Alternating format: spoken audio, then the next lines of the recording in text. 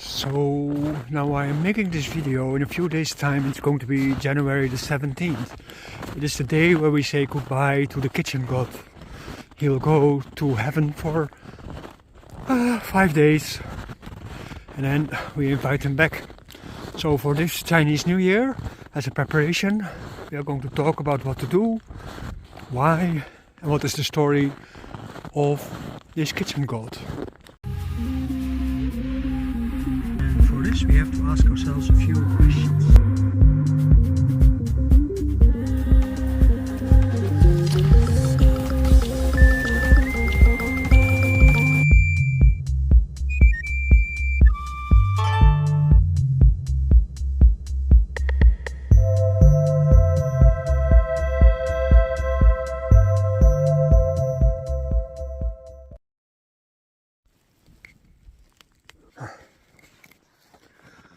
Hi my dear friends, this is the story of the kitchen god. It is a little bit of a sad story of deceit and regret, but then on the other end there is a happy end. That doesn't happen very often with stories, but this one is one definitely with a happy ending. The thing is, there was this man somewhere in China. He was married, he had a family,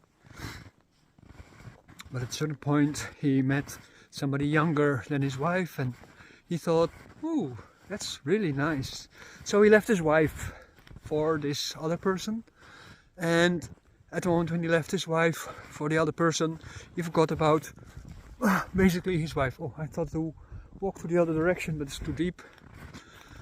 So at the moment when he left his wife, he started a new life with his other wife, but then an accident happened and he turned blind.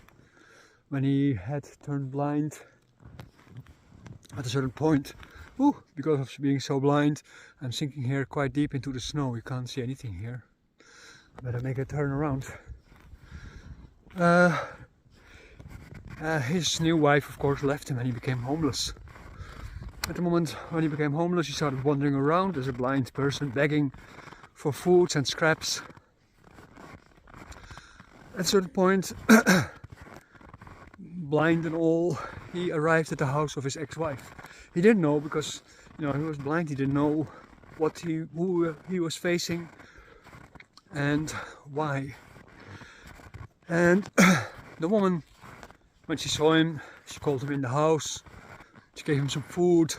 She felt pity for him, and he felt so happy that somebody took him in the house and gave him food, that he started telling his story. And he talked about his first wife and about his second wife, and he started crying, saying that he had so much regret. If he had the opportunity to excuse himself to his first wife, he would definitely do that.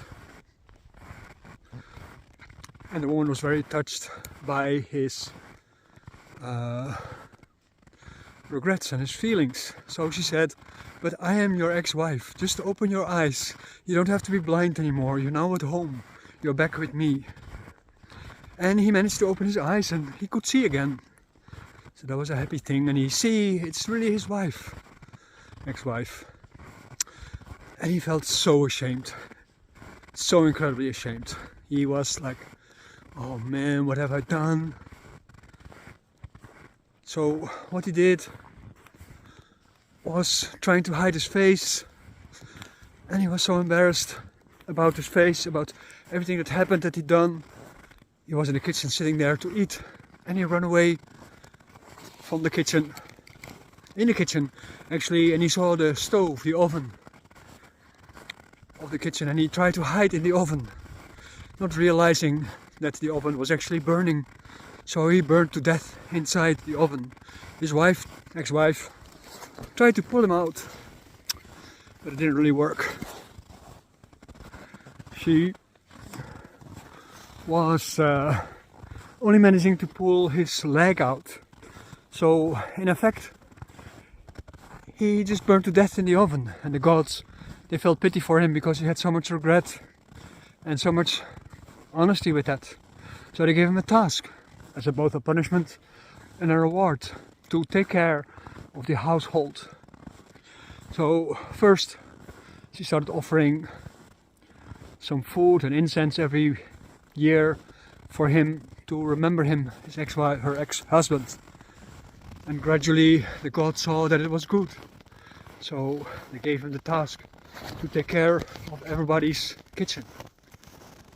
And today, when this movie is coming out, the 17th of January 2023, this is the day where the kitchen god has a few days off, sort of. He goes towards heaven and he's going to report about all your good and bad deeds in the family to the God of heaven. And on the basis of that, you're going to be punished the next year for your misdeeds. You're going to be rewarded for your good deeds. You see, this is a very similar story, like the story of the water god, which is meeting out your karma around the new year, no, around November, and your new karma starts at the Chinese Spring Festival, your new year. And the water god bases this on the judgment of the Hun and the Po. But the kitchen god observes kitchen life, how you deal with food, animals, all kind of stuff that is relevant for your daily existence. At the moment when you are taking care of everything and everybody in the right way, you're going to be rewarded. If you do not, you're going to be punished. It's just the way of the water of the kitchen god. So let it be an anecdote to remember yourself with. So it is an old folk wisdom from China when you talk about the kitchen god. But at the moment when you look at the story of the kitchen god, you can see there's a lot of values in there. The main value is that you always have to make an effort to be a good person in your family. Whether you're a child, or whether you're a homeowner, or whether you're renting, or whether you are a husband or a wife, or you're just lodging in a family, you're renting a room. And there's always going to be a watching eye, a spirit, God, sort of, to check if you do actually good. And then in the next year you're going to be pestered by your mistakes, weighted. So what can you do? Well, before the Spring Festival there are 5 days. 5 days to basically try to make things good. Let me tell you about that when I get back into the kitchen.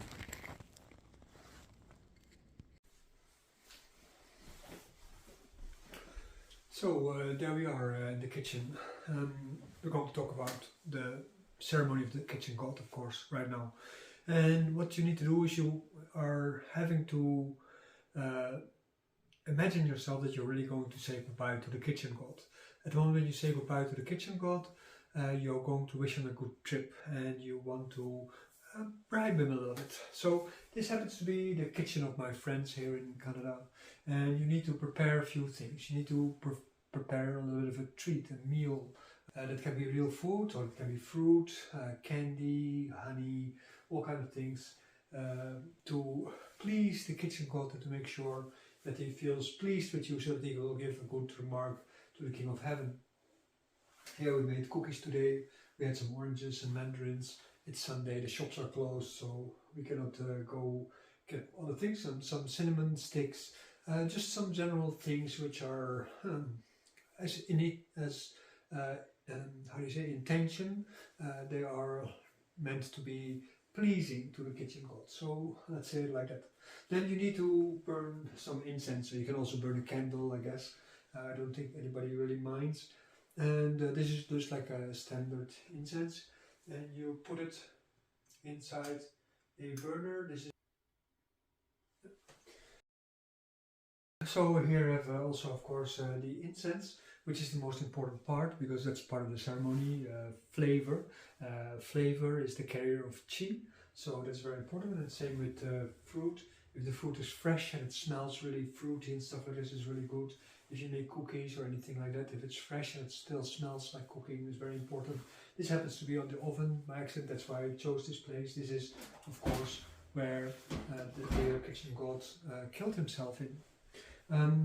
When we are doing the offering, you have to make sure that you really also make a kowtow for the god. Keep the image of the kitchen god firmly into your heart and also hold part of your attention to your dantian in the belly under your umbilicus. I wish you farewell, kitchen god. I wish you a good trip upon the rise into the God of Heaven.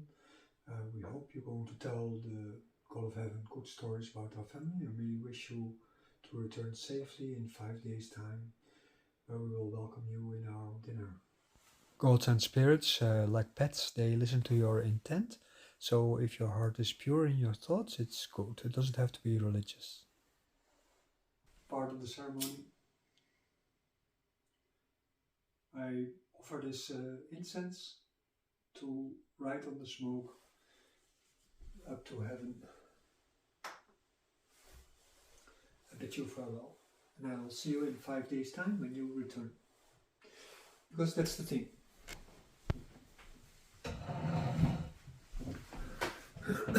The kitchen god comes back on the first day of the spring festival.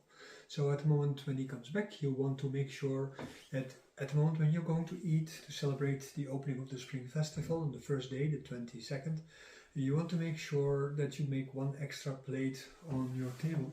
And on this extra plate, you just add the meal to that as a thank you and a welcome. And you also provide the table with a small speech in which you welcome the kitchen god back into the house, and that you are glad for his protection and his support, and that you will remind him next year again, that you remind yourself again next year again to burn some incense for the kitchen god and to provide in the meantime luck and safety and security and good feelings between all the members of the family and also for the family, so that the house is protected.